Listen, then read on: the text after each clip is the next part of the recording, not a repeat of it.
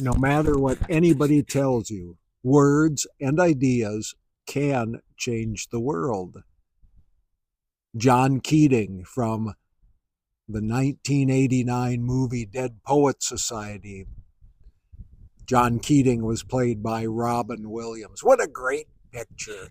I mean, it's one of those for me, like Shawshank Redemption, that's pretty timeless. Words and ideas can change the world. In this age of social media, in this age of nonstop news and nonstop access to ideas, information, words become pretty important. And it seems as we've progressed over time and that there's more influence, that there's more need for recognition, that words, maybe not so much ideas, but words have become weapons. That instead of words being used to describe and to provide positive information, or at least to provide a means of dialogue for one another, words have become inflammatory. So a bit of a word on this video, inflammation. We all know what that is. You know, maybe we've exercised too much, maybe we've fallen, or something has happened and our system changes to try to counteract what has happened. Inflammation, it's part of the process. However, at times it seems that inflammation now is chronic. It's a way of life. It is one of those things that if we can be inflamed enough, things happen. And most of those things, in many ways, at least in my experience, most of those things are not beneficial. After a while, with the chronic inflammation or pain, or whichever you wish to call it, you finally learn to live with it, I guess. I did. I had some chronic knee issue going on for many years, and I just learned to live with it. Yep, I took some pain relievers. I tried to knock down the pain, but pain relievers never got rid of it until finally it was time to take some action. And I ended up with a total knee replacement. And following that, yeah, recovery wasn't easy necessarily, but at least I knew there was hopefully something beneficial coming at the end of it. And indeed there was. I think many of us, myself included, we've kind of learned to live with inflammatory words, the negativity that goes on, the name calling that goes on, the things that just degrade people and relationships. And we just say, well, I guess that's the way it is.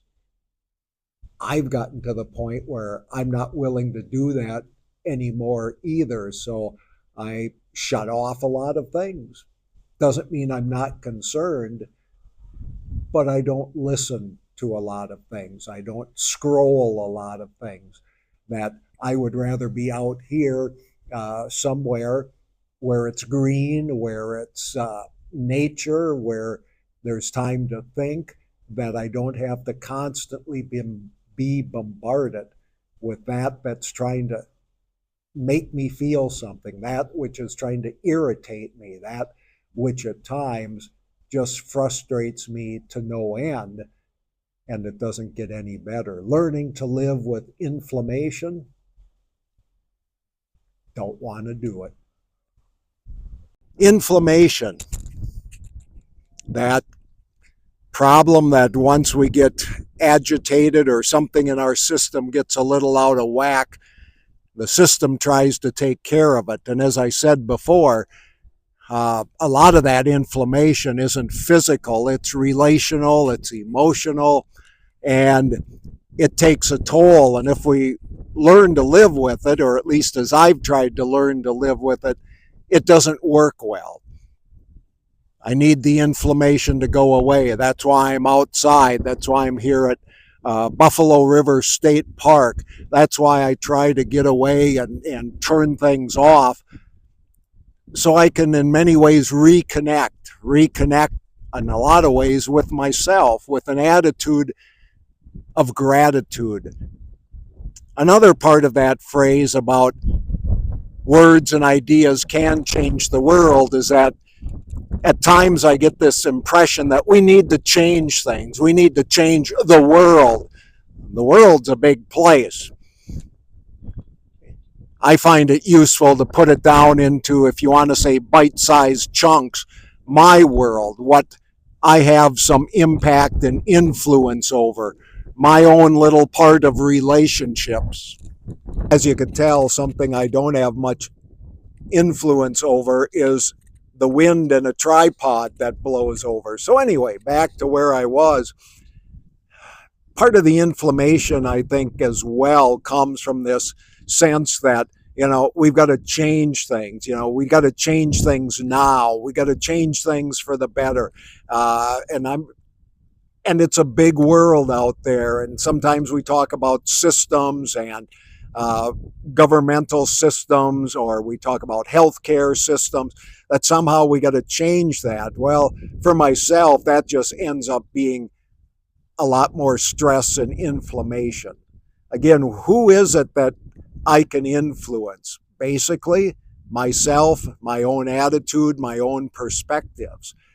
And if I do things in a way that seem to be, if you want to say, healthier, more beneficial, to connect with other people on a level that shows sincerity and care and trust, that's going to make a difference. That's going to change. And I believe part of that is if we all make those kind of small changes, the larger, if you want to say, systemic changes will take care of themselves. So as I close today, I'm going to show a couple pictures of nature, things that I see when I'm out trying to, if you want to say, get rid of inflammation, to deconnect and reconnect. And as I've said many times before, thank you for giving of yourself and your time to watch this video.